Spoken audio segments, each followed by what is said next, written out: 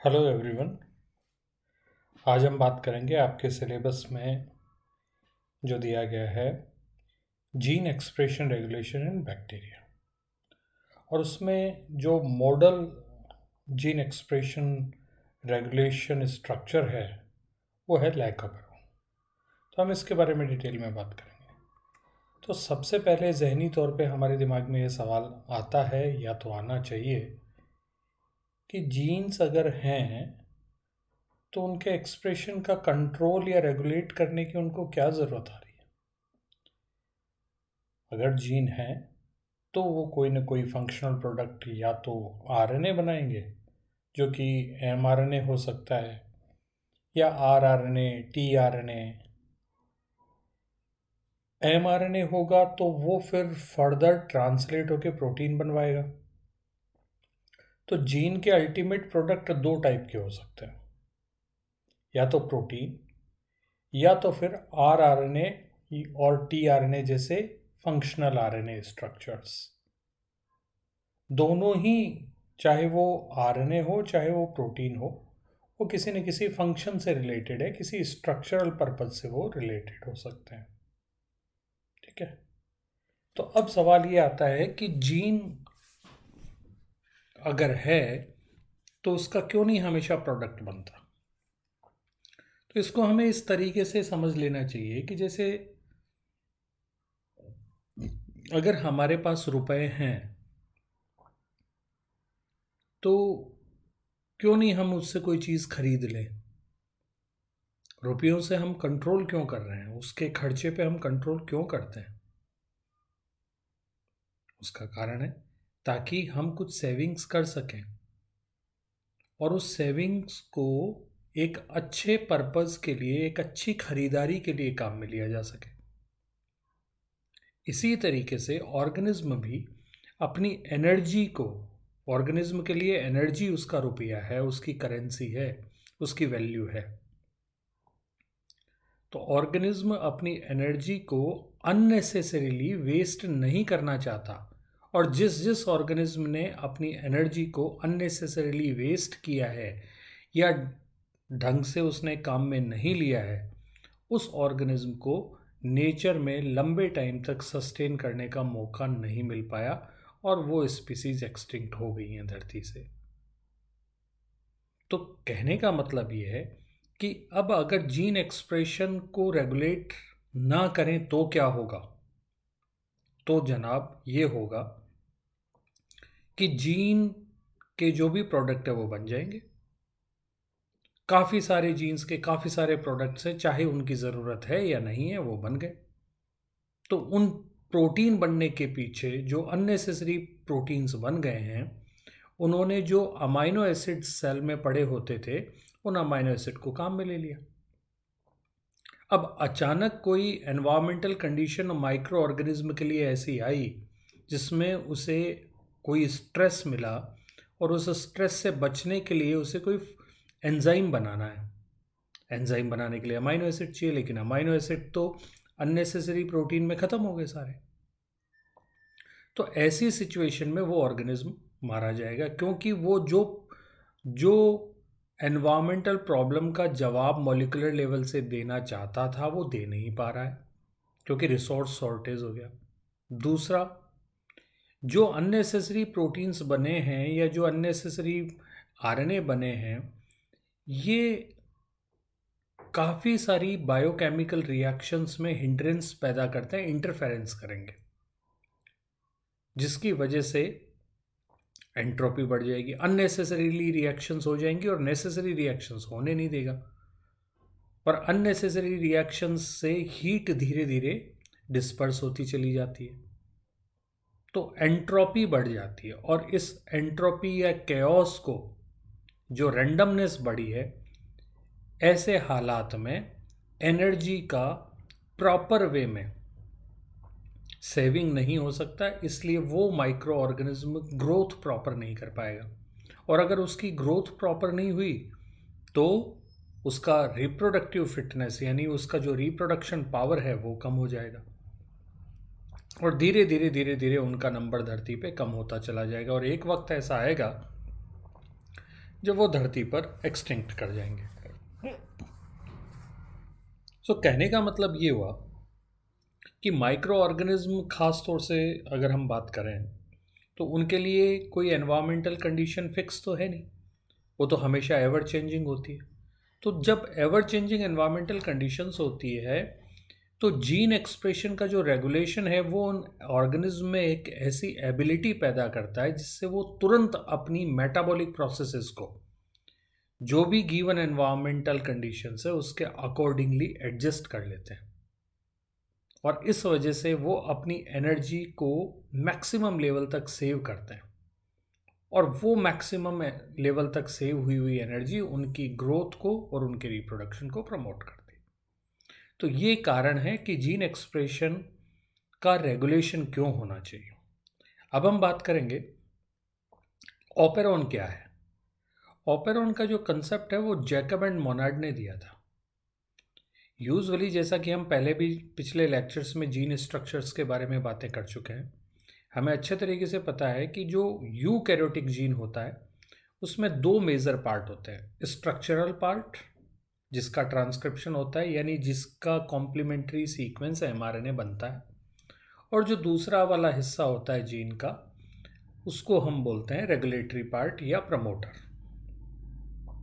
ठीक है।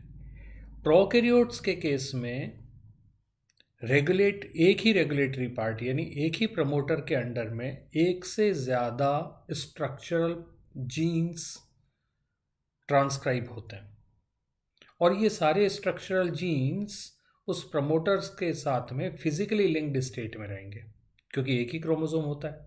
तो सारे के सारे जितने भी जीन्स हैं और जो प्रमोटर हैं वो एक ही डीएनए मॉलिक्यूल पे लाई करेगा।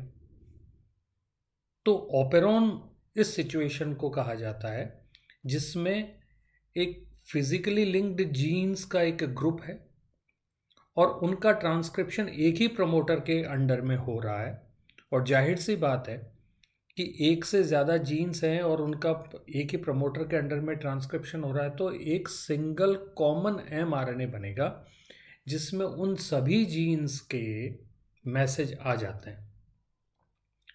तो किसी भी जीन का एक स्ट्रक्चरल पार्ट जो होता है उसको हम बोलते हैं सिस्ट्रॉन। बेंजर ने सिस्ट्रॉन वर्ड हमें दिया था। तो जाहिर सी बात है कि ऑपेरॉन सिचुएशन में एक प्रमोटर के अंडर में मल्टीपल सिस्ट्रॉन्स का ट्रांसक्रिप्शन होता है, इसलिए जो बनने वाला एमआरएनए होगा वो पॉलीसिस्ट्रॉनिक एमआरएनए होगा।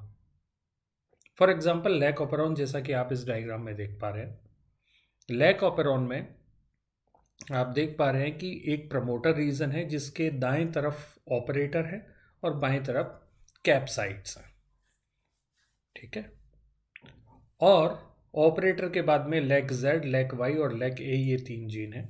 लेग जेड का जब ट्रांसक्रिप्शन होता है और फर्दर ट्रांसलेशन होता है तो बीटा गैलेक्टोसाइडेज बनाता है, लेग वाई परमिएज बनाता है और लेग ए ट्रांस एसिटाइलेज एंजाइम बनाता है।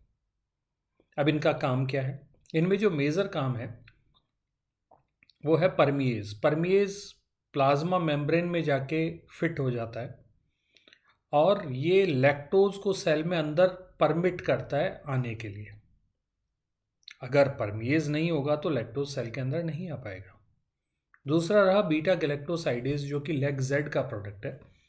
ये प्रोडक्ट लैक्टोज को मेटाबोलाइज करके ग्लूकोज और गैलेक्टोज में तोड़ता है और फिर ये ग्लूकोज ग्लाइकोलिसिस के थ्रू अपनी एनर्जी डिलीवर करता है ऑर्गेनिज्म को। ठीक है।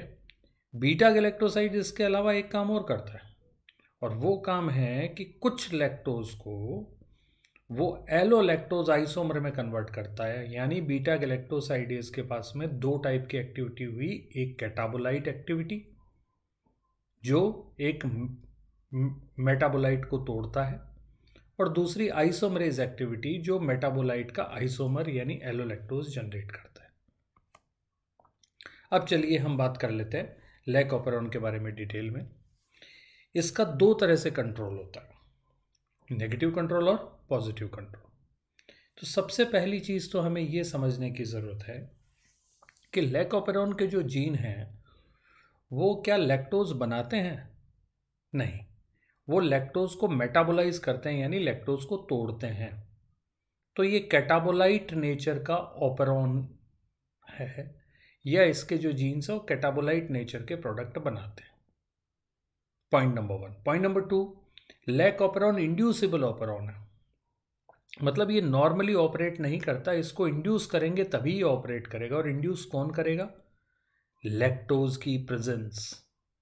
अगर सेल में लैक्टोज है तो ही लैक ऑपरॉन एक्सप्रेस होगा, अदरवाइज नहीं होगा। और अगर वो लैक्टोज है तो इंड्यूस करने के दो तरीके हैं। जो पहला तरीका है वो है नेगेटिव कंट्रोल थ्रू रिप्रेसर, जिसको हम लैक रिप्रेसर भी बोलते हैं। जो एलोलैक्टोज मॉलिक्यूल बीटा गैलेक्टोसाइडेज बनाता है, ये इंड्यूसर का काम करता है और रिप्रेसर पर जाके बाइंड कर जाता है, जिसकी वजह से रिप्रेसर लैक ऑपरॉन को रिप्रेस नहीं कर पाता। इसका मतलब ये हुआ कि जब तक एलोलैक्टोज नहीं होगा तब तक लैक रिप्रेसर लैक ऑपरॉन को एक्सप्रेस नहीं होने देगा, और इंड्यूसर यानी एलोलैक्टोज की प्रेजेंस में रिप्रेसर अपना काम नहीं कर पाएगा, जिसकी वजह से लैक ऑपरॉन का एक्सप्रेशन होगा। दूसरा जो तरीका है वो पॉजिटिव कंट्रोल है थ्रू एक्टिवेटर। एक्टिवेटर का काम एक प्रोटीन करता है जिसका नाम है कैटाबोलाइट एक्टिवेटर प्रोटीन। ये कैटाबोलाइट एक्टिवेटर प्रोटीन आरएनए पॉलीमरेज को प्रमोटर पर प्रॉपरली बाइंड करने में हेल्प करता है।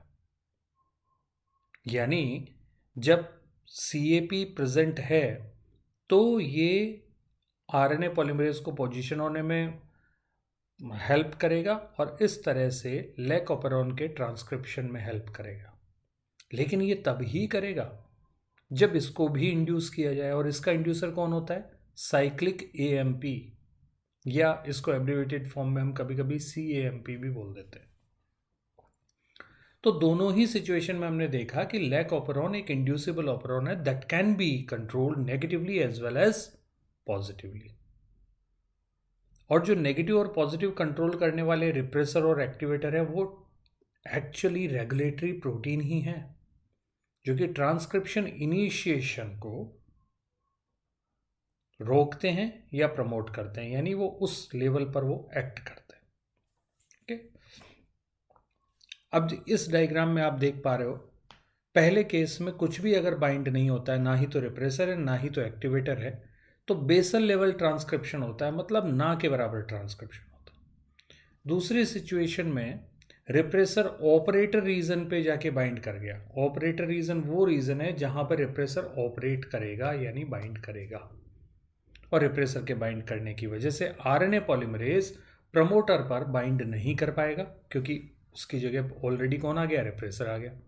इस वजह से कोई भी ट्रांसक्रिप्शन नहीं होगा। तीसरा जो सिचुएशन है उसमें ये दिखा रखा है कि एक्टिवेटर बाइंड कर रहा है, इसकी वजह से आरएनए पॉलीमरेज प्रमोटर पे बाइंड कर रहा है, और इस वजह से नॉर्मल ट्रांसक्रिप्शन हो पा रहा है। तो अगर हम बात करें कि अगर लैक्टोज नहीं है, सॉरी, अगर लैक्टोज ही है, ग्लूकोज नहीं है, तो उस सिचुएशन में क्या होगा? लैक्टोज के कुछ मॉलिक्यूल्स को परमिएज इंटरनलाइज कर देगा सेल में, और कुछ लैक्टोज के मॉलिक्यूल्स एलोलैक्टोज में कन्वर्ट करवा दिए जाएंगे बीटा गैलेक्टोसाइडेज के थ्रू। ये जो बीटा गैलेक्टोसाइडेज के थ्रू जो एलोलैक्टोज बने हैं, ये लैक रिप्रेसर मॉलिक्यूल्स पे जाके बाइंड कर जाते हैं, और जब ये बाइंड कर जाते हैं तो लैक रिप्रेसर जो होगा वो लैक ऑपरेटर पे बाइंड नहीं कर पाएगा, और जब वो बाइंड नहीं कर पाएगा तो आरएनए पॉलीमरेज आसानी से प्रमोटर पे बाइंड कर सकता है। किसकी मदद से?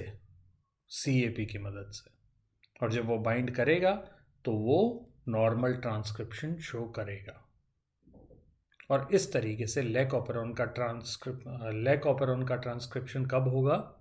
जब लैक्टोज सेल में प्रेजेंट होगा। और यहां पर आप इस सिचुएशन को आसानी से देख पा रहे हो कि लैक्टोज अगर सिंगल कार्बन सोर्स है तो क्या होगा, और पिछले सिचुएशन में हमने देखा कि अगर लैक्टोज प्रेजेंट नहीं है तो रिप्रेसर को ऑपरेटर पे बाइंड करने से रोकने वाला जो एलोलैक्टोज है वो भी नहीं होगा, क्योंकि लैक्टोज ही नहीं है तो एलोलैक्टोज नहीं बन पाएगा। और जैसे ही लैक्टोज आया वैसे ही एलोलैक्टोज बन गया, और एलोलैक्टोज बन गया तो उस एलोलैक्टोज ने किसके साथ जाके बाइंड कर लिया, रिप्रेसर के साथ बाइंड कर लिया और उसको इनएक्टिवेट कर दिया। तो ये तो था हमारा नेगेटिव कंट्रोल। अब हम बात करते हैं पॉजिटिव कंट्रोल के बारे में। पॉजिटिव कंट्रोल में जैसा हमने देखा कि CAMP एक इंड्यूसर है जो कि CAP के साथ में बाइंड करता है और उसको एक्टिवेट करता है, और ये CAP जाके कैप साइट्स जो कि प्रमोटर के अपस्ट्रीम रीजन में होती है वहाँ जाके बाइंड करता है और RNA पॉलीमरेज को प्रमोटर पर बाइंड करने में हेल्प करता है। जब RNA polymerase properly promoter region पे बाइंड हो जाएगा तो वो अपना ट्रांसक्रिप्शन का काम शुरू कर देता है, और इस तरीके से पॉजिटिव कंट्रोल एग्जर्ट करेगा कौन, CAP, जो DNA पे बाइंड करके ट्रांसक्रिप्शन को प्रमोट करे, उसको हम बोलते हैं पॉजिटिव कंट्रोल। ओके, तो इस तरीके से लैक ऑपरॉन इंड्यूसिबल ऑपरॉन है that can be regulated negatively as well as through positive sense.